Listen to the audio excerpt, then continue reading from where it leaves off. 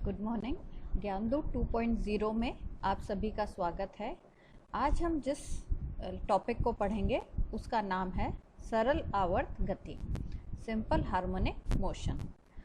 तो simple harmonic motion पढ़ने से पहले हम आवर्ती गति क्या होती है इसके बारे में पढ़ेंगे। देखिए, किसी भी गति अगर बार बार दोहराई जाती है, जैसे सूर्य के चारों ओर पृथ्वी का चक्कर लगाना, पंखे का चलना इत्यादि, जो भी गति है जो बार बार दोहराई जा रही है, रिपीट हो रही है, उन सभी को आवर्ती गति कहते हैं। और एक चक्कर पूरा करने में जितना समय वह लेती है उसको हम आवर्तकाल कहते हैं। अब आवर्त गति की एक विशेष अवस्था के बारे में हम पढ़ेंगे जिसको हम कहते हैं सरल आवर्त गति, और इसी के बारे में हम डिटेल स्टडी करेंगे।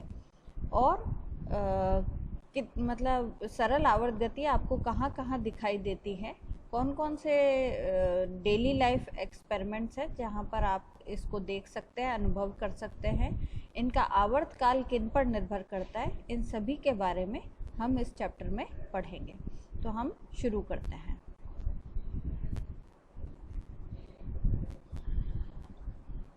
तो आवर्ती गति की परिभाषा हमने पढ़ ली। आवर्ती गति को हम पीरियोडिक मोशन भी कहते हैं। यदि जो पिंड और लोलक जो भी आवर्ती गति परफॉर्म करते हैं उसको हम ऑसिलेटर कहते हैं। आवर्ती गति केवल आपको मैकेनिकल यानी डेली लाइफ एक्सपीरियंस में नहीं दिखाई देती, बल्कि परमाणुओं के अंदर जो कंपन होता है लैटिस के अंदर, वह भी एक आवर्ती गति का ही उदाहरण है। तो इस सभी गतियों में, जैसा मैंने पहले भी कहा, एक विशेष गति सरल आवर्त गति के बारे में हम इस चैप्टर में अध्ययन करेंगे। तो सबसे पहले हम इसके अंदर oscillatory motion in arbitrary potential well, स्वैच्छिक विभव कूप में दोलनी गति के बारे में हम अध्ययन करेंगे, और उसी से हम सरल आवर्त गति को समझाने का प्रयास करेंगे। मान लीजिए एक बल क्षेत्र है जो कि संरक्षी बल क्षेत्र है, और उसमें कण की स्थितिज ऊर्जा जो कि स्थिति पर निर्भर करती है, एक कंटिन्यूअस फंक्शन है, सतत फलन है, और उसे हम u से दिए एक्सप्लेन करते हैं। तो हम, क्योंकि वो एक्स वाई जेड का फलन है, इसलिए हम u बराबर u एक्स वाई जेड लिख लेते हैं।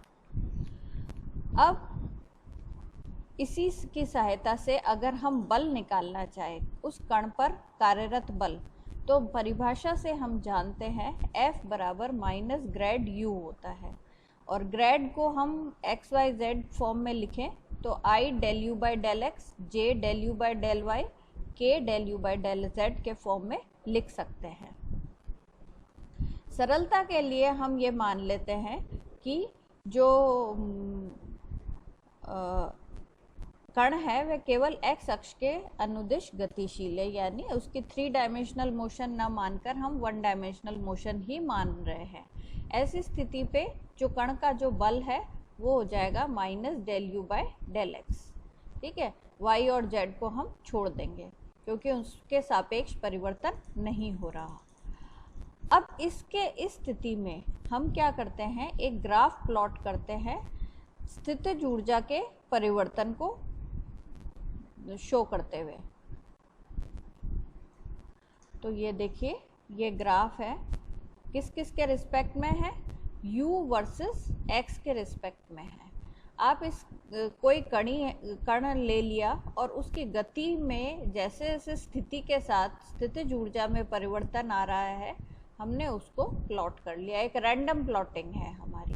ठीक है, हमने इस ग्राफ के अंदर कुछ बिंदुओं को अंकित कर लिया है, जैसे A बिंदु ये है, P बिंदु न्यूनतम बिंदु, फिर B, फिर Q अधिकतम ये पॉइंट है, ऐसे ही R और S। हम इन बिंदुओं के रिस्पेक्ट में गति का अध्ययन करेंगे। हमें ये ध्यान में है कि इस प्रकार के U वर्सेस X ग्राफ में कहीं भी हम स्पर्श रेखा की जो स्लोप है, यानी अगर कहीं भी हम एक टेंजेंट प्लॉट करते हैं, जैसे सपोज करें यहीं हम टेंजेंट प्लॉट करें तो हमारी टेंजेंट कुछ इस तरीके से आएगी। तो ये टेंजेंट का जो स्लोप है वो del U by del X होगा और उस बल पर मतलब उस बिंदु पर लगने वाले बल के परिमाण के बराबर होता है। ये हम परिभाषा से जानते हैं।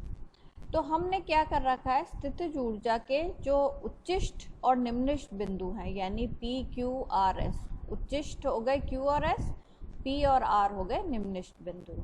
और यहाँ पर अगर हम स्पर्श रेखा खींचे तो वो x अक्ष के समानांतर होगी। यहाँ पर भी जैसे हम अगर प्लॉट करेंगे तो स्पर्श रेखा हमारी x एक्सिस के पैरेलल आएगी। ठीक है, तो यहाँ पर del U by del X या f का मान 0 हो जाएगा क्योंकि स्लोप ही नहीं है यहाँ पे। तो इन स्थितियों को हम कहते हैं संतुलन बिंदु या संतुलन स्थिति। इंग्लिश में हम इक्विलिब्रियम पोजीशंस कहते हैं। तो यहाँ पे हमारे इस पूरे ग्राफ में P, Q, R, S ये चारों बिंदु हमारे संतुलन बिंदु हैं। अब हम इन संतुलन बिंदुओं में भी अंतर है उसके बारे में हम अध्ययन कर लेते हैं। अब देखो इसके अंदर पहले हम Q और S की बात करें। Q और S अधिकतम उच्चिष्ट बिंदु है। ठीक है, अगर हम Q के इधर या इधर जाए तो स्थितिज ऊर्जा में कमी आती है, ऐसे ही S के अंदर इधर या इधर जाए तो स्थितिज ऊर्जा में कमी आती है। तो क्या कर रहे हैं हम, उच्च स्थितिज ऊर्जा वाले बिंदु Q और S से कण को थोड़ा सा विस्थापित कर दें। तो जैसे ही कण को विस्थापित करेंगे तो कण की स्थितिज ऊर्जा ग्राफ के अनुसार उच्चतम स्थितिज ऊर्जा से कम हो जाएगी, यानी उनकी स्थितिज ऊर्जा पहले के मुकाबले कम हो जाएगी और कण एक बल अनुभव करेगा। ठीक है, अभी तक तो बल नहीं लग रहा था इस पर्टिकुलर पोजीशन पर, लेकिन एक बल लगेगा। अब क्योंकि स्थितिज ऊर्जा कम हो रही है तो बल की दिशा क्या होगी, वह उच्चिष्ट से दूर ले जाने वाली होगी, यानी इन स्थितियों से दूर ले जाएगा।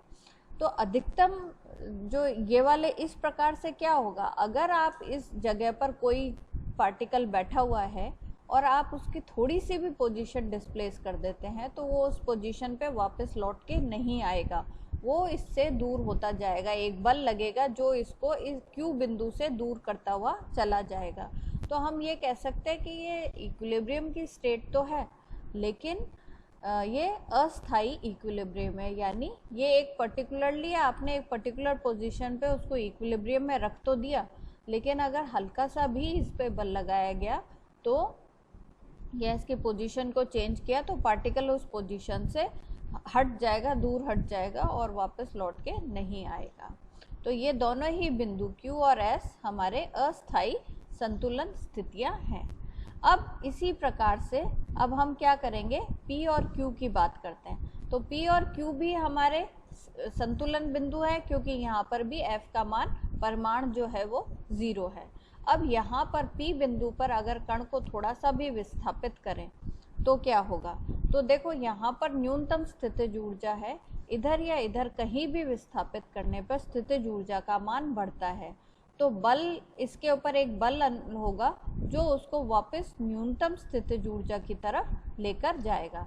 या हम यो कह सकते हैं del U by del X जो है वो हमारी जो वो होगी, वो बल जो है वो माइनस एक्स दिशा में होगा। अगर मान लो पॉजिटिव एक्स एक्सिस की तरफ उसको डिस्प्लेस किया तो वापस वो P बिंदु की तरफ ही एक्ट करेगा। तो इससे क्या हो रहा है, इससे ये पता चल रहा है कि चाहे हम बिंदु को P बिंदु से पॉजिटिव एक्स एक्सिस या नेगेटिव एक्स एक्सिस की तरफ कहीं भी विस्थापित करें तो बल इस प्रकार से लगता है कि वापस P की तरफ ही कार्यरत होता है। P की तरफ ही कार्यरत होने के कारण क्या होगा, जो कण है वो वापस P बिंदु के ओर आने का प्रयास करेगा। और साथ ही साथ इसके दो कारण हो गए, एक तो बल लग रहा है और स्थितिज ऊर्जा भी न्यूनतम है, तो न्यूनतम स्थिति की तरफ में आएगी। तो इस कारण से क्या होगा, ये जो P बिंदु है और जो हमने दूसरा बिंदु S पढ़ा था वो दोनों ही बिंदु P और R बिंदु, ये दोनों ही बिंदु क्या कहलाएंगे, हमारे स्थायी संतुलन के बिंदु कहलाते हैं, स्टेबल इक्विलिब्रियम के बिंदु कहलाते हैं। और इसके अंदर P बिंदु से के इधर या इधर अगर हम देखें, यानी A और B बिंदु जो है वो हम देखें, चित्र में दिखाती हूँ। A और B बिंदु से APB, ये एक ऐसा पॉइंट है जहाँ पर अगर कोई किसी भी कण को विस्थापित करें तो वो पुनः लौट के P पर आने का प्रयास करेगा, बल उसको ऐसे वापस P की तरफ ही भेजेगा। तो ये APB जो है ये हमारा क्या कहलाता है, ये एक पोटेंशियल वेल कहलाता है। तो हमारे या इसको हम विभव कूप भी कहते हैं, यानी A व B के मध्य परिबद्ध क्षेत्र को विभव कूप कहते हैं। और इसकी प्रॉपर डेफिनेशन क्या हो गई, गतिशील कण की स्थितिज ऊर्जा विस्थापन वक्र आरेख में न्यूनतम स्थितिज ऊर्जा वाली संतुलन स्थिति के इधर उधर A व B के मध्य परिबद्ध क्षेत्र को विभव कूप कहते हैं। ये डेफिनेशन कई बार पूछ ली जाती है। तो ये आपका विभव कूप हो गया, है ना। एक कुएं जैसा स्ट्रक्चर दिख रहा है और विभिन्न विभव कूप के उच्चतम तथा न्यूनतम स्थितिज ऊर्जाओं के अंतर को बाइंडिंग एनर्जी या बंधन ऊर्जा कहते हैं। और कण की ऊर्जा बंधन ऊर्जा से कम होने के स्थिति में कण सदैव ही विभव कूप में ही रहेगा, और ऐसी स्थिति में कण को हम कहते हैं वह एक बाउंड स्टेट या बद्ध अवस्था में स्थित है। अगर उस कुएं से बाहर निकलना है तो उसको उस बाइंडिंग एनर्जी से अधिक ऊर्जा, बंधन ऊर्जा से अधिक ऊर्जा चाहिए उस विभव कूप से बाहर आने के लिए।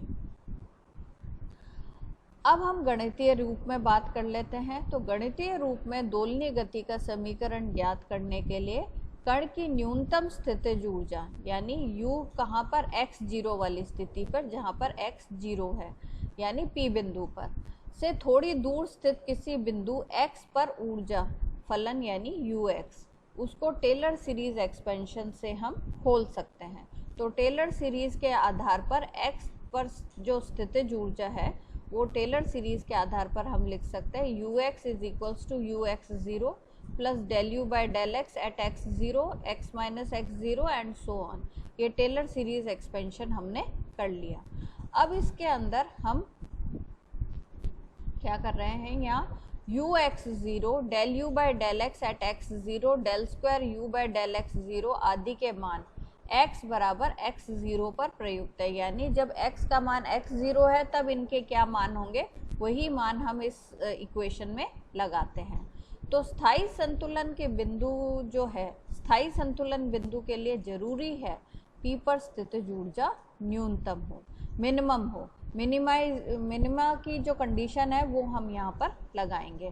तो मिनिमा की कंडीशन क्या होती है, मिनिमा की कंडीशन ये होती है कि Ux0 अगर मिनिमम है तो del U by del X at x0 will be 0 और del square U by del X square at x0 will be positive, जिसको हम k के बराबर मान सकते हैं। ऐसे ही q वाली टर्म को k1 मान सकते हैं, इसी प्रकार से अलग अलग मान माने जा सकते हैं। तो इन सभी को हम टेलर सीरीज वाली एक्सप्रेशन में रख दें तो क्या आ जाएगा आपके पास, Ux बराबर Ux0 plus half k x minus x0 का होल स्क्वायर, सेकेंड टर्म 0 हो जाएगी एंड सो ऑन, सारी टर्म्स आ जाएंगी। अब अगर हम ये करें कि जो संतुलन बिंदु है उसको ही मूल बिंदु मान लें, तो ऐसी स्थिति में क्या होगा, Ux बराबर x मतलब x बराबर x0 पर Ux का मान 0 हो जाएगा। ऐसी स्थिति में Ux0 का मान जो है वो 0 हो जाएगा। तो आपके पास Ux समीकरण हाफ के x square plus half k1 x cube and so on के फॉर्म में आ गई।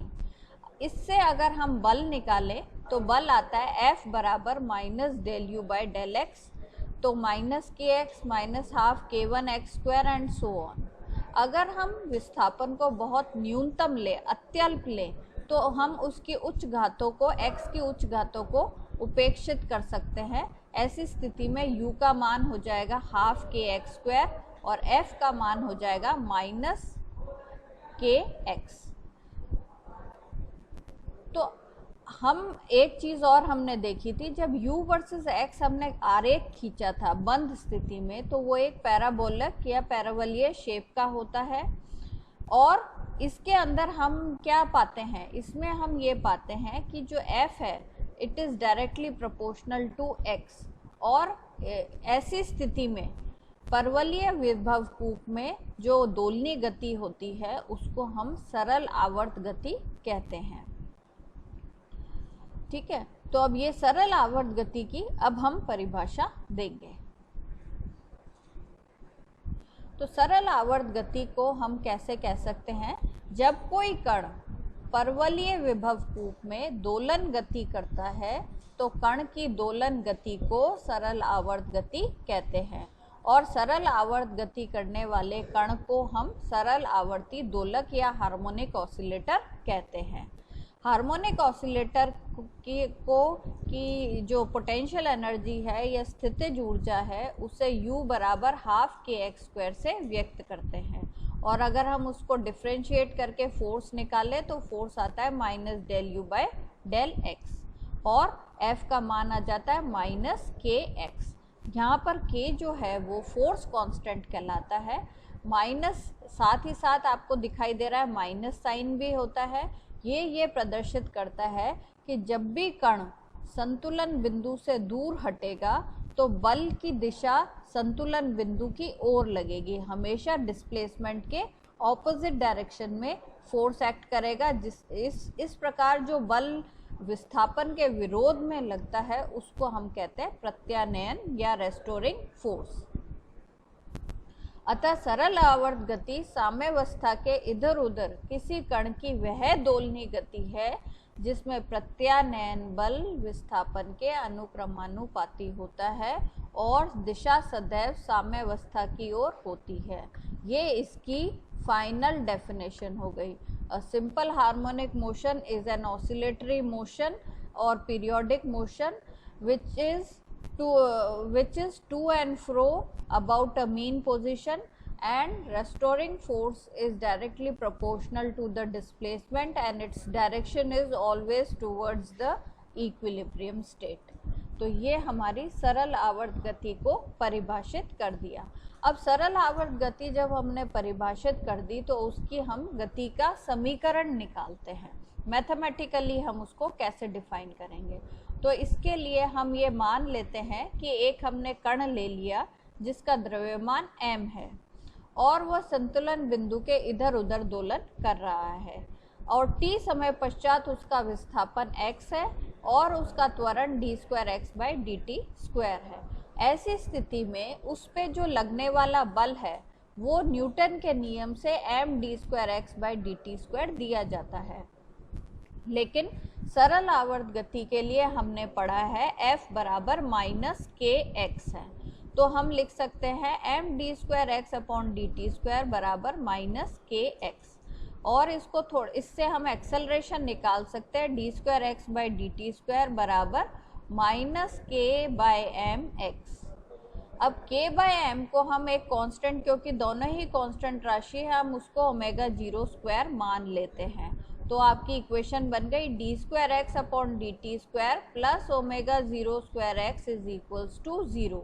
यही जो डिफरेंशियल इक्वेशन है इसको हम सरल आवर्त गति का डिफरेंशियल या अवकल समीकरण कहते हैं और इसको हल करके हम किसी कण का विस्थापन ज्ञात कर सकते हैं t समय पश्चात। अब दोलक का वेग ज्ञात कर लेते हैं। दोलक का वेग ज्ञात करने के लिए आप dx/dt से दोनों ओर इस समीकरण को गुणा कर दीजिए। गुणा कर देते हैं। गुणा करने पर ये dx/dt क्या है, ये वेलोसिटी है, दोलक का वेग है। तो हम इसको लिख सकते हैं v dv/dt और यहाँ ω02 इंटू dx/dt। dt दोनों तरफ से कैंसिल आउट हो जाएगा तो v dv is equals to -ω02 x dx। दोनों ओर इंटीग्रेशन करने पर हमें प्राप्त होता है v²/2 is equals to -ω02 x² / 2 plus c। c is an integration constant, समाकलन नियतांक है। अब इस नियतांक को निकालने के लिए हम बाउंड्री कंडीशंस लगाते हैं। हम ये मानते हैं, हमें पता है दोलक का वेग शून्य कब होगा, जब उसमें मैक्सिमम डिस्प्लेसमेंट होगा, यानी मैक्सिमम डिस्प्लेसमेंट हम कहते हैं एम्पलीट्यूड को। तो एम्पलीट्यूड की स्थिति में यानी x बराबर a जब होगा तब dx बाई dt का मान शून्य होता है। ये कंडीशन हम इस समीकरण में जब रखते हैं तो हम पाते हैं c का मान हम निकाल पाते हैं। c का मान हमें omega 0 square a square by 2 प्राप्त हो जाता है।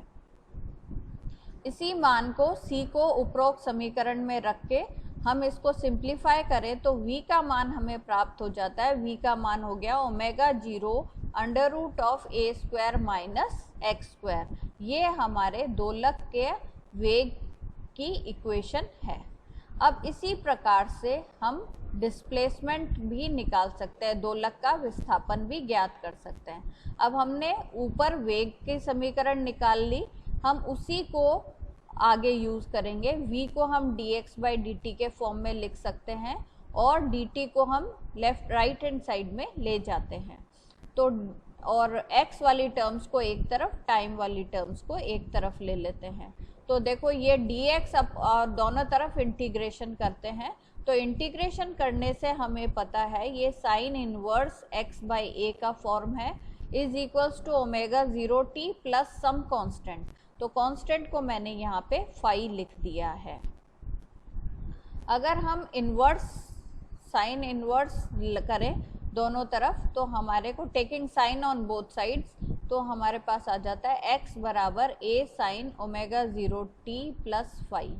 यहाँ पर फाई जो है ये कांस्टेंट है, लेकिन हम इसको डिफाइन करते हैं प्रारंभिक कला से। It is initial phase of the oscillator.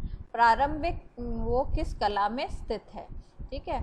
और ओमेगा 0t प्लस फाई जो है वह दोलक की परिणामी कला है t समय पश्चात।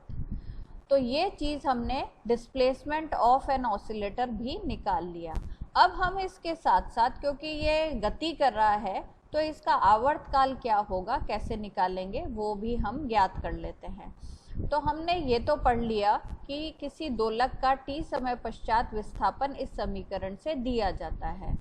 अब इसके अंदर हमें एक चीज़ ध्यान में देने की है कि साइन फलन जो होता है उसके कोण 2 पाई या उसके मल्टीपल्स हो, इंटीग्रल मल्टीपल्स हो, तो साइन के मान में कोई परिवर्तन नहीं होता।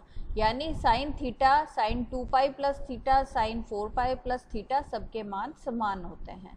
तो अगर हम x बराबर a sine omega 0t plus 2 pi plus phi लिखे तो मान सेम ही रहेगा, यानी x left hand side same रहती है।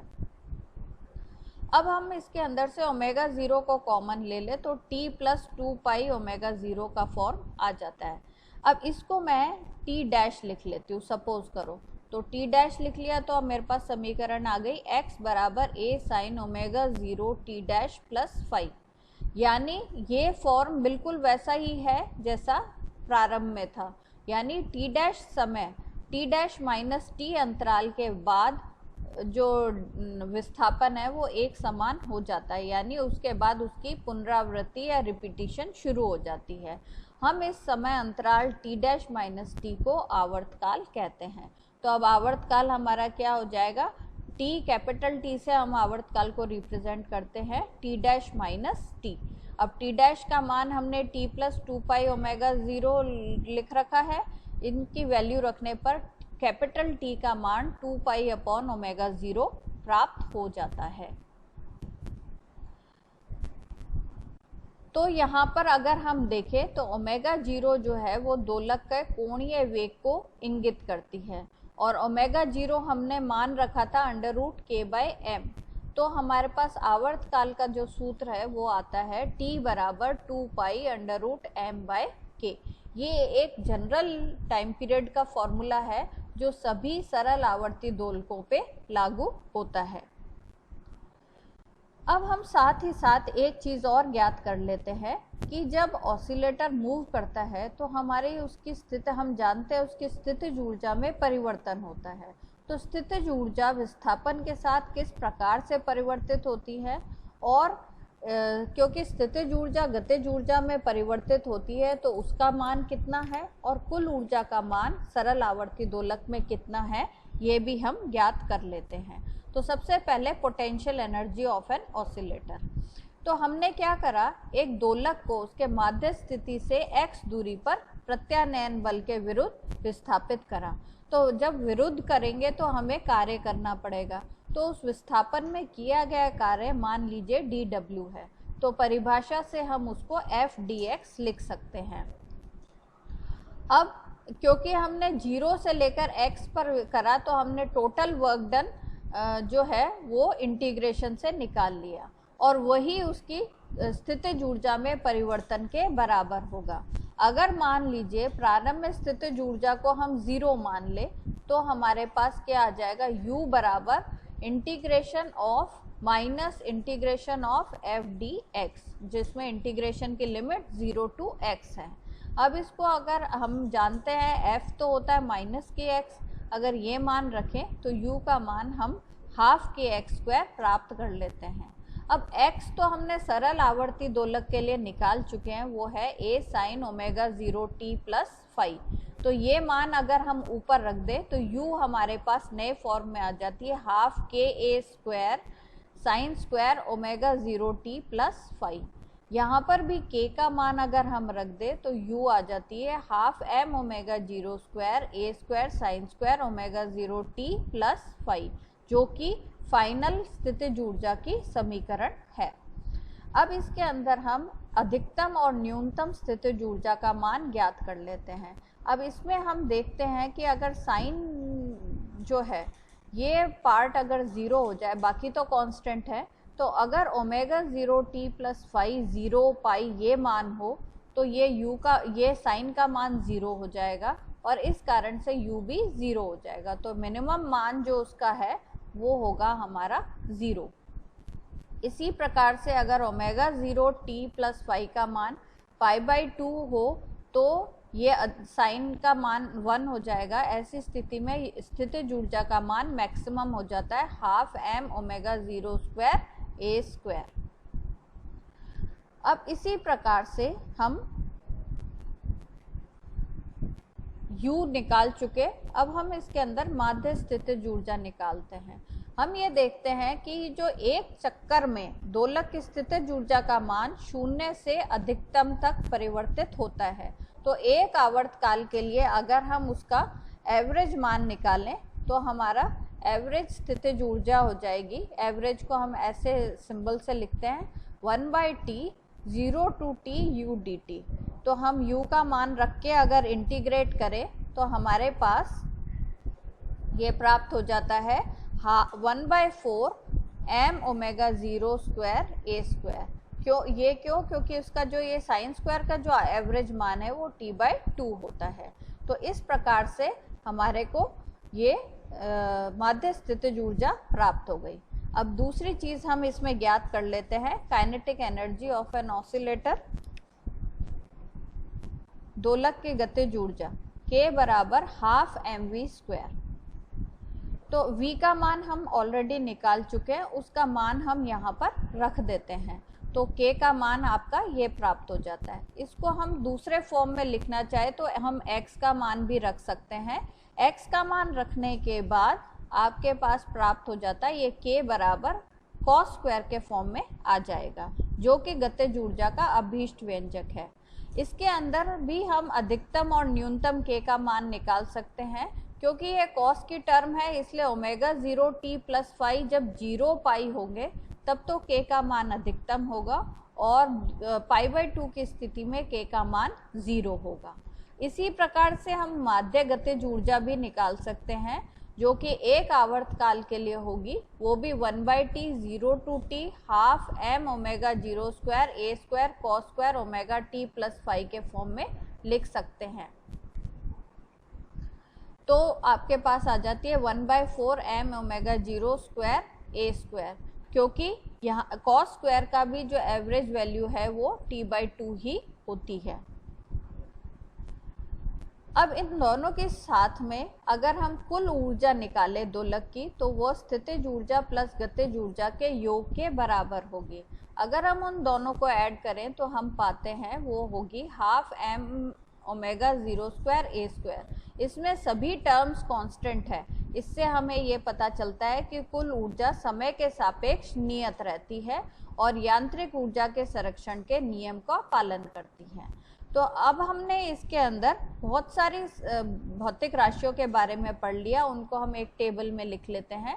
देखिए, सबसे पहले हमने सरल आवर्ती दोलक के विस्थापन का निकाला। जो विस्थापन के सापेक्ष उसका उसको हम लिखते हैं x, और समय के सापेक्ष उसका फॉर्मूला होता है a sin omega 0 t plus phi. ऐसे ही अगर वेग की करें तो ये दोनों x के रिस्पेक्ट में ये फॉर्मूला होगा, t के रिस्पेक्ट में ये फॉर्मूला होगा। इसी प्रकार से हम अन्य फॉर्मूला भी एक जगह पर हमने इकट्ठा कर लिया। इनको बेहतर तरीके से हम एक ग्राफ के द्वारा समझ सकते हैं। देखिए, इन सभी के हम अगर ग्राफिकल रिप्रेजेंटेशन करें तो ये जो पहला ग्राफ मैंने बनाया है वो t के रिस्पेक्ट में बनाया है। t के रिस्पेक्ट में अगर हम इस ग्राफ को प्लॉट करें तो आप देखिए, इसके अंदर x अगर 0 से इसकी शुरू हो रही है तो वेलोसिटी अधिकतम से शुरू होगी। f जो होगा वो 0 से शुरू होगा लेकिन नेगेटिव फॉर्म में आएगा, और फोर्स जो होता है वो एक्सेलरेशन जैसा ही होता है, इसलिए बिल्कुल वैसा ही आएगा। काइनेटिक पोटेंशियल एनर्जी 0 u में 0 पर 0 होती है, फिर अधिकतम और फिर न्यूनतम होती है पैराबोलिकली, तो वैसे होगी। और काइनेटिक एनर्जी उसके बिल्कुल ऑपोजिट फॉर्म में होगी। तो ये सभी वेरिएशंस हमारे टाइम के रिस्पेक्ट में हमने करा है। अगर विस्थापन के रिस्पेक्ट में हम करें तो x की तो एक स्ट्रेट लाइन आएगी, वेलोसिटी की हमारा एक एलिप्स आ जाएगा, फोर्स जो है वो नेगेटिव स्लोप वाली स्ट्रेट लाइन होगी, f की बिल्कुल वैसी की वैसी होगी, u जो है x के रिस्पेक्ट में पैराबोलिक होगा, जिसमें मिनिमम जो होगा वो सेंटर में होगा, और काइनेटिक एनर्जी हमारा बिल्कुल उसका पैराबोलिक शेप ऑपोजिट डायरेक्शन में होगा। तो ये हमारे सिंपल हार्मोनिक मोशन के विभिन्न ग्राफों का विजुअलाइजेशन था। अब हम इसके अंदर इस नेक्स्ट लेक्चर में हम पढ़ेंगे कि सरल आवर्त गति के एग्जाम्पल्स क्या क्या हो सकते हैं। धन्यवाद।